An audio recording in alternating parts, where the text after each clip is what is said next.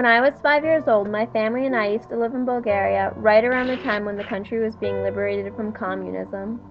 Because of this, there was vast poverty that consumed the country. Homeless people lined the streets. They were cold, hungry, and lonely, and had no place to go and no one to warm their hearts. One day when I was in the store, I saw this keychain that I really wanted. I thought it was the coolest toy ever, only my mom wouldn't get it for me. She said I'd have to save up my own money to buy it. It was only $5, but to me, it seemed like $500. I was so determined to get it that for the next few weeks I did chores and saved up every penny I had to get that $5. My mom gave me my hard-earned money. I was so proud of myself. My determination had finally paid off. When we were walking to the store, we passed a few homeless people. This one man I remember in particular. He was bundled up in rags and slumped over on the side of some stairs. As I walked past him, I looked back at him. He looked at me, and when our eyes met, I saw that his eyes were filled with pain and suffering, almost like that of a tortured animal. I kept on walking with my mom, my $5 held tightly in my hand, but now, not so proudly.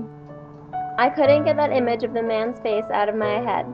Suddenly, that little keychain seemed so irrelevant to me, despite the fact that I had wanted it and thought about it every day for the past 3 weeks.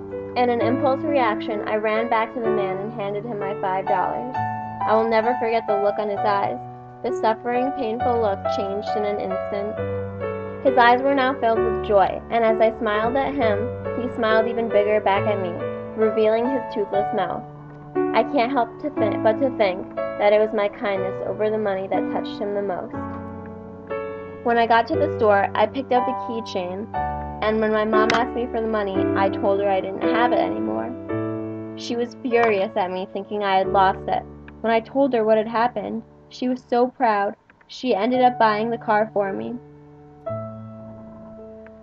This was just like in the Bhagavad Gita when Krishna says, "Act therefore without prospect of the results and without succumbing to inaction."